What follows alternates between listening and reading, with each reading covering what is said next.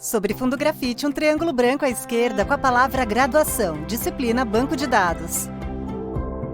Olá pessoal, eu sou o professor Eduardo Santarém e nós vamos continuar com a nossa disciplina de Banco de Dados. José Eduardo Santarém II, professor. Tema da aula: modelo relacional, caracterização, formalização e restrições. A tela se divide entre os slides da aula à esquerda e a miniatura da janela de vídeo do professor à direita. Hoje, especificamente, nós vamos falar do modelo relacional, caracterização, formalização e restrições. Então, o que é um modelo relacional? É um modelo de dados que representa um banco de dados como uma coleção de relações.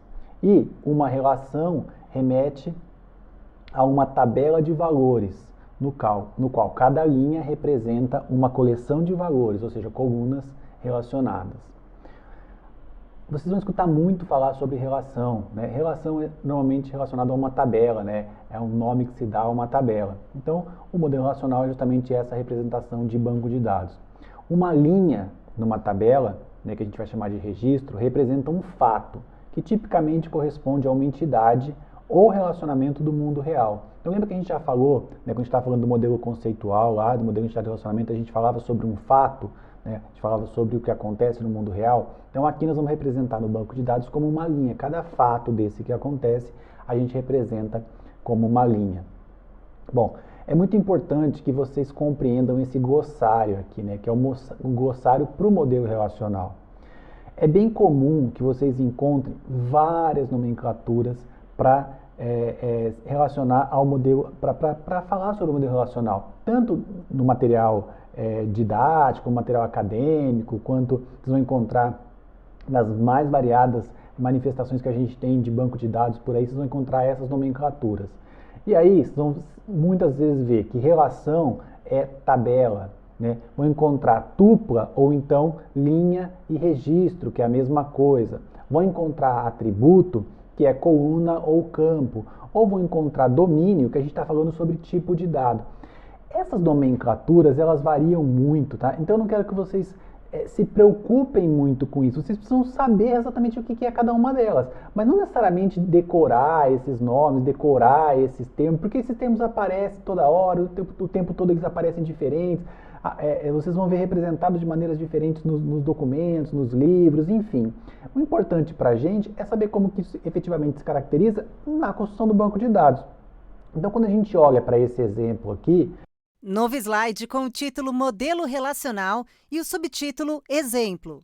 Abaixo, uma tabela nomeada Funcionário com 4 colunas: idente, nome, endereço e salário. E 4 linhas com números de identificação e respectivas informações. Na primeira linha, 1163, Cláudia Moraes, Rua A, 1, SP, 5558. Na segunda linha, 1164, Jorge Vilaverde, Rua M, 25, SP, 1550. Na terceira linha, 1165, Moacir Junqueira, Rua F, 57, RS, 1550. E na quarta linha, 1166, Patrícia Sorte, Rua F, 22, BA, 2200. Letras e setas laranjas identificam cada parte do quadro. O título funcionário é a tabela. As linhas são os registros ou linhas. E as colunas são chamadas colunas ou campos. Neste e nos próximos slides com tabelas, o campo idente está sublinhado. Né? Quando eu olho aqui, por exemplo, para funcionário, né, esse é o nome que eu estou dando para a minha tabela. Ou seja, tabela aqui também pode ser chamada de relação em alguns momentos. Então são nomes diferentes só para a mesma coisa. O que é importante vocês saberem? Tabela é o quê? É esse conjunto de informações. E aí vocês vão perceber que cada linha, né, cada uma dessas linhas aqui que se apresentam, por exemplo, onde eu tenho 1163, Cláudia Moraes, Rua A, número 1, salário de 5.558, essa linha representa um registro. Isso é um fato. Quando a pessoa é contratada numa empresa, ela vira um funcionário de uma empresa, eu vou lá e faço o registro dela. Isso é um fato. Ela entrou na empresa, eu coloquei uma linha dela aqui na minha tabela. Então, a gente pode chamar isso de linha ou pode chamar de registro. Em alguns lugares, vocês vão ver chamar isso de tupla também. É muito comum. E cada tipo que a gente tem aqui, ó, cada atributo que a gente tem, são as colunas ou campos. Essas colunas ou campos, por exemplo, endereço, né, é um atributo, é uma coluna ou é um campo. Salário também é um atributo, né, ou é um campo. Esses campos é que determinam as informações que a gente vai colocar na tabela. Então, a linha é o fato e os campos são as informações que a gente vai colocar. E aqui a gente constitui uma tabela do modelo relacional. Bom, conceitos importantes aí do modelo relacional. Então, um esquema de tabela T, com A1, A2 até AN, é composto de uma tabela de nome T, né, e de uma lista de campos. Então, é assim que a gente formaliza uma tabela. É uma tabela que vai ter vários campos. Cada campo aí é o nome do papel desempenhado por um domínio D no esquema de tabela T. E o grau de uma tabela, o grau de uma relação, é o número de atributos do esquema de tabela que a define. Então, quando a gente monta uma tabela, né, essa tabela vai ter um conjunto de campos, e esses campos que vão de A1 até AN. É o conjunto de campos que a gente tem. E o grau da tabela é esse conjunto, essa quantidade de campos que a gente vai ter. Novo slide com o título Modelo Relacional e os conceitos citados pelo professor, que tem a notação. Tabela T, entre parênteses, A1, A2, reticências, AN, com A maiúsculo e os índices em letras minúsculas. Campo AI, A com índice I. Domínio, D maiúsculo. Tabela, T maiúsculo. No slide seguinte, o exemplo. Em letras maiúsculas, funcionário. À direita, entre parênteses e em letras minúsculas, idente, int. Nome, string. Endereço, string. Salário, real. DT underline nasce, date. Os campos em português são destacados em amarelo, seguidos de 2 pontos e os termos em inglês.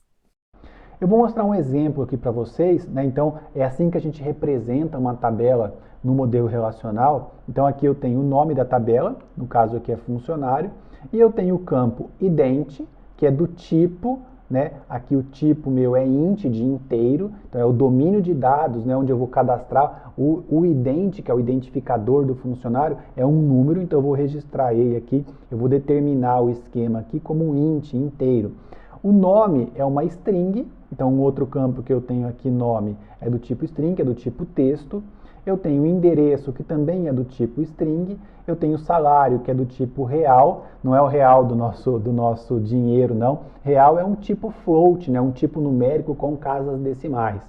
E eu tenho data de nascimento, que é do tipo date. Então percebam que aqui eu estou caracterizando a tabela, os seus campos, né, e cada um dos campos com as suas informações de domínio. É assim que eu represento uma tabela no modelo relacional. Então a tabela aqui, a tabela relação funcionário, tem grau 5, porque ela tem 5 campos.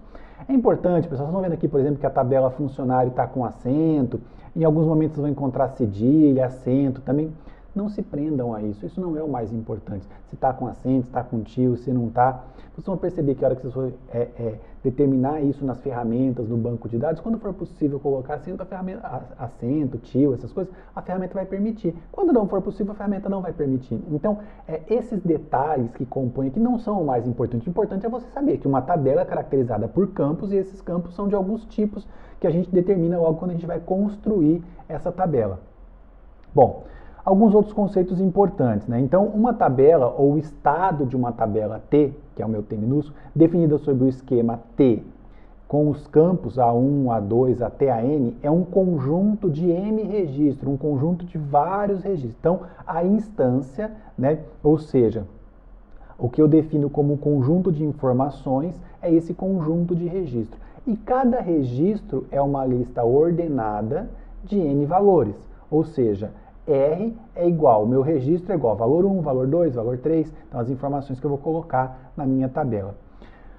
O iésimo valor do registro R, o qual corresponde ao campo AI, é referenciado como R de AI ou R de AI. Novo slide com o título Modelo Relacional e os conceitos citados pelo professor, que tem a anotação. Conjunto de M registros é escrito em letras minúsculas. T igual, abre chave, R1, R2, reticências, RM, fecha chave. Cada M-registro é uma lista ordenada de N valores R, escrita em letras minúsculas e entre parênteses angulares, V1, V2, reticências, VN. Iésimo é escrito com a letra I elevada ao termo ésimo. Registro, R minúsculo. Campo AI, A maiúsculo com índice I.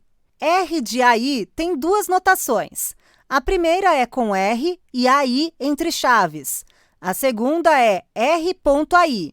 Em seguida, o professor exibe novamente a tabela funcionário. Então, é assim que eu demonstro, logicamente, né, como que está construída as minhas tabelas, como que estão os meus registros e como que eu defino cada campo. Vamos olhar aqui um exemplo. Então, na minha tabela funcionário, eu tenho aqui a tabela funcionário, eu tenho os campos, idente, nome, endereço, salário. Eu tenho os registros, então cada uma dessa daqui, cada linha dessa daqui é um registro. E aí, se eu digo aqui, ó, o registro 3, aqui embaixo, registro 3, com o campo nome, e aqui eu tenho Moacir Junqueira. Então é o meu registro 3, que é esse daqui, né? 1, 2, 3, e aí eu vou no campo nome, que é o Moacir Junqueira. Então é a maneira de eu representar essas informações. Então essa é a maneira de eu representar aqui, ó, no registro 3, o campo nome, assim que eu posso representar em outros lugares. No slide, o professor destaca a terceira linha da tabela. Abaixo, ele indica a notação índice R3, entre colchetes nome, igual Moacir Junqueira. Bom, ordenação de registro em uma tabela. Uma tabela é definida como um conjunto de registros, né? Então eu tenho lá os vários registros, e os elementos de um conjunto não são ordenados. Assim, os registros em uma tabela não possuem nenhuma ordenação. Os registros, conforme eles vão colocando, eles não seguem uma ordenação. Eles vão sendo colocados conforme eles vão sendo inseridos na tabela. Novo slide com o título Exemplo, Ordenação. Abaixo, uma comparação entre duas tabelas semelhantes, com um sinal de igual entre elas, ambas com 2 colunas e 4 linhas. As colunas são idente e nome. As linhas são preenchidas com os mesmos dados da tabela funcionário, porém em ordem diferente. Na tabela A, os registros 1163 a 1166 estão em ordem crescente.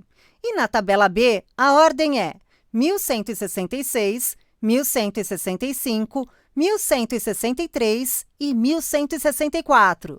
Então, se a gente olhar essas duas tabelas aqui nesse exemplo, a tabela A e a tabela B, vocês vão perceber que elas são tabelas iguais, os registros estão colocados em ordens diferentes. Então, o registro que eu tenho aqui, ó, o 1163, que é a Cláudia Moraes, ela está aqui, ó.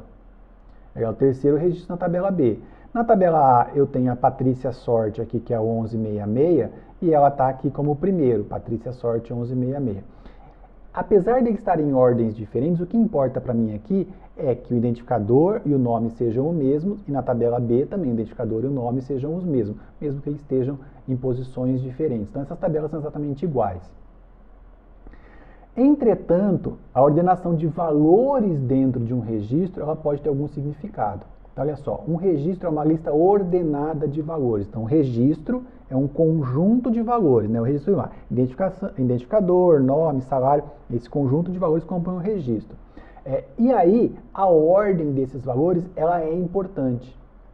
Bom, para efeitos práticos do dia a dia, né, em determinadas situações, pode ser que essa restrição seja flexibilizada, pode ser que isso seja manipulado na hora da gente desenvolver o banco de dados. Mas, de um modo geral, é sempre bom entender que se esses valores estão em ordens diferentes, isso pode significar uma diferença na tabela. No slide, outra comparação de tabelas, agora com o sinal de diferença entre elas, formado pelos símbolos de menor e maior lado a lado. À esquerda, repete-se a tabela A, com a primeira coluna idente e a segunda nome. À direita, a tabela C tem a primeira coluna nome e a segunda idente. Em ambas as tabelas, as linhas são preenchidas com os mesmos registros e em ordem crescente.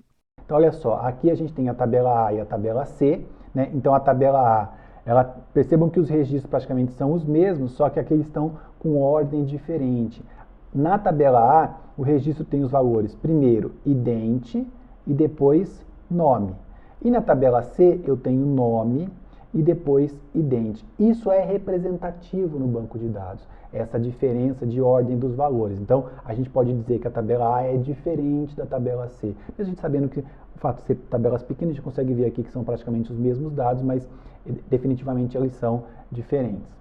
Bom, no modelo relacional, né, a gente pode ter valores e valores nulos nos registros. Cada valor em um registro é um valor atômico. Então, o que é um valor atômico? É um valor único que eu posso colocar naquele registro. Lembra que eu falei para vocês lá no modelo relacional no modelo de entidade de relacionamento, né, que a gente não poderia ter atributos compostos e atributos multivalorados? Então, esses valores compostos e multivalorados, eles não são permitidos dentro de uma tabela. A gente tem que ter o valor atômico. Já o valor nulo, ou valor null, né, são usados para representar os valores desconhecidos ou que a gente não aplica aquele atributo naquele registro. É muito comum, às vezes, você olhar para uma tabela, né, e muitos dos valores serem preenchidos em determinado campo, aquela informação não existe, né, você não tem o que colocar ali. Então, você vai colocar um null naquele lugar, um valor nulo. Isso é fato, né, é assim que acontece. Então, às vezes, você traz informação do mundo real para dentro do banco de dados e num registro específico, aquele valor pode ser nulo. Bom, restrições de domínio. Uma restrição de domínio. Restrições de domínio especificam que o valor de cada atributo A deve ser um valor atômico dentro de um domínio DOM A, em todos os registros da tabela. Novo slide com o título Restrições de domínio. O domínio DOM A é escrito com DOM em minúsculas ao lado de um A maiúsculo e entre parênteses. Essa restrição de domínio é o tipo de valor. Então, quando a gente especifica um determinado campo com aquele domínio, os valores têm que ser relativos àquele domínio específico. A gente tem também as restrições de chave.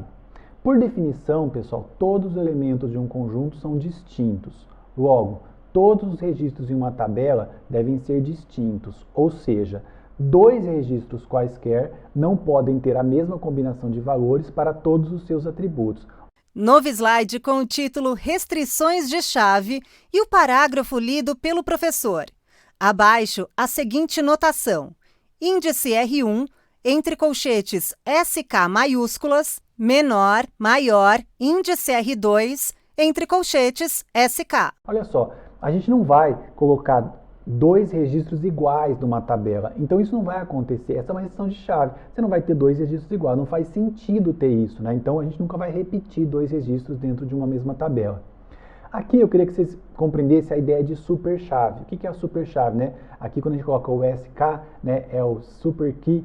Então, superchave. Qualquer conjunto de atributos SK, toda relação tem pelo menos uma superchave. Ou seja, toda tabela, né, tem uma superchave. Todos os seus atributos. Uma superchave pode ter atributos redundantes. Novo slide com o título Superchave SK e o parágrafo lido pelo professor. Na sequência, uma tabela nomeada funcionário com as colunas idente, nome, endereço, salário e DT_NACE. Abaixo, duas chaves fazem agrupamentos. A primeira abrange todos os campos da tabela e a segunda apenas os dois primeiros campos, idente e nome. O professor destaca a primeira chave. Então, quando a gente olha, o que é uma superchave? Sempre que eu olhar, estou olhando aqui, ó, separei. Sempre que eu olhar para esses campos todos juntos, ele é uma superchave, porque eu não vou ter um registro igual. Agora, aqui tem atributos redundantes, né? Por exemplo, o nome e o identificador de uma pessoa, eles são redundantes, eles são a mesma informação. Então, eu posso reduzir a quantidade de informação para achar o que a gente chama de chave. A chave é uma superchave de T sem os atributos redundantes. Então, é um conjunto de atributos mínimo capaz de garantir a restrição de unicidade. Novo slide com o título Chave K e o parágrafo lido pelo professor. Na sequência, repete-se a tabela anterior, agora com uma chave no campo idente. Nesse caso aqui, ó, vamos olhar o funcionário, eu tenho um identificador. O identificador, né, que é um número que é atribuído a cada funcionário, é diferente para cada funcionário. Então, essa é a minha chave. Eu podia dizer assim, na minha empresa, né, todo mundo tem nomes diferentes. Então, o campo nome poderia ser um campo-chave, mas não é o caso aqui. No caso aqui, o meu identificador é um campo-chave.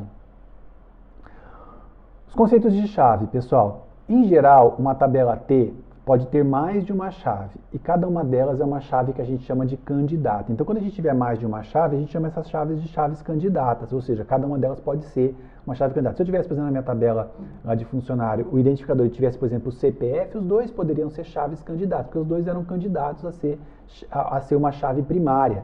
Então, o que é uma chave primária? Então, a gente escolhe uma das chaves candidatas para ser a nossa chave, o nosso campo escolhido para que não haja repetição na minha tabela.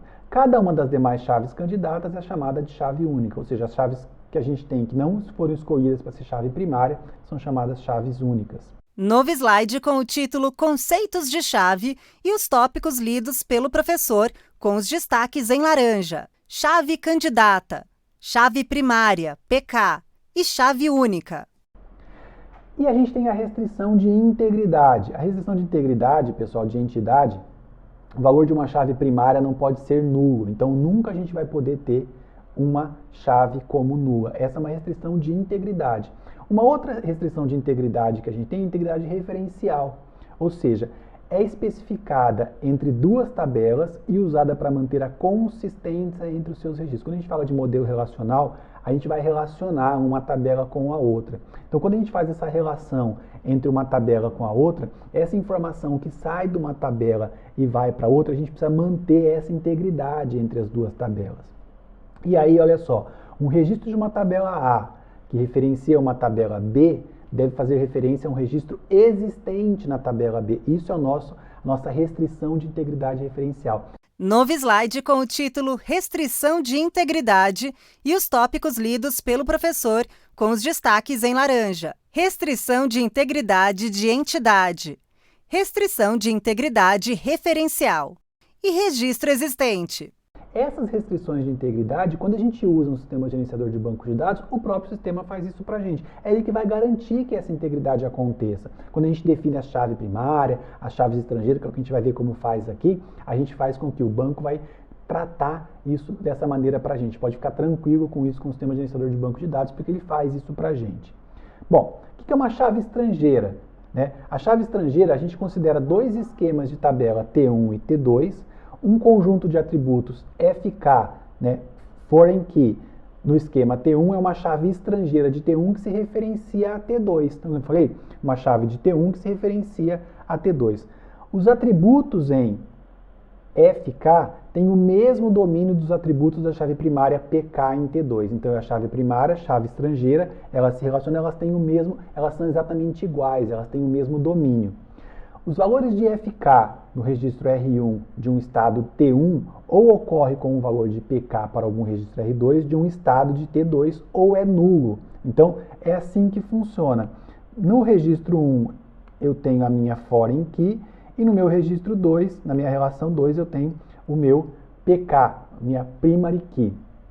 É assim que se dá a relação de chave primária com chave estrangeira. Novo slide com o título Modelo Relacional e 6 tabelas compostas por diversos campos na cor azul.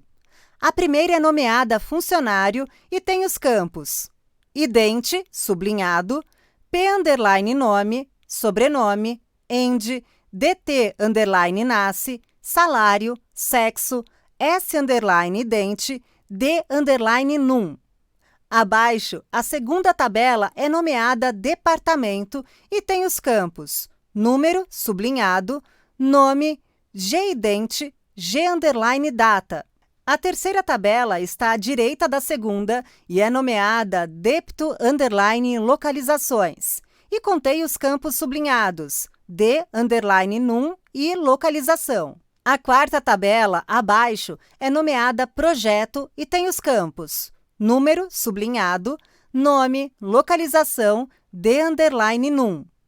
A quinta tabela é nomeada Trabalha_para e contém os campos F_idente e P_nome, ambos sublinhados, e horas. A sexta tabela é nomeada dependente e tem os campos F_ident e nome, ambos sublinhados, DT_nasce, sexo, relacionamento. Setas laranjas indicam diversas relações entre os campos das tabelas. DNUM, de funcionário, com número da tabela departamento. S_ident com ident, ambos da tabela funcionário. DNUM da tabela débito localizações se liga a DNUM de projeto e a número de departamento. G_ident de departamento com ident de funcionário. P_nome de trabalha para se liga com número de projeto. F_ident das tabelas trabalha para e dependente se ligam com ident da tabela funcionário. Olhando para o meu modelo relacional, eu queria mostrar aqui para vocês, olha só, eu tenho aqui a tabela funcionário, tá? Ela tem uma chave estrangeira aqui, que é o DNUM, que ela se relaciona ao quê? É o número do departamento, ela está relacionada ao número do departamento. Então, essa informação aqui é uma chave estrangeira relacionada a isso no departamento. O professor circula a chave estrangeira DNUM de funcionário e número de departamento. Em seguida, ele circula G_ident de departamento e ident de funcionário. Eles têm que ter o mesmo tipo. É a mesma coisa que acontece aqui, ó. No departamento eu tenho o G_ident, que é o identificador de quem é o gerente do departamento. E aí ele é uma informação relacionada ao identificador aqui, que é um funcionário. Essa relação que acontece, né, de chave estrangeira com chave primária, elas têm, os dois campos têm que ter o mesmo tipo. Então esse aqui é um desenho do nosso modelo relacional que a gente vai continuar a utilizar. Novo slide com a referência bibliográfica. Elmasri Ramez, Navat Shankand-B, Sistemas de Banco de Dados. Pearson, 7ª edição, 1128 páginas, 2018. A janela de vídeo do professor fica em tela cheia. Bom, a gente finaliza essa aula do modelo relacional. A gente se vê na próxima aula. Obrigado, pessoal. Linhas retas se cruzam em um esboço das letras T e V, que são preenchidas em vermelho e compõem o logo da Univesp TV, Universidade Virtual do Estado de São Paulo, univesptv.com.br.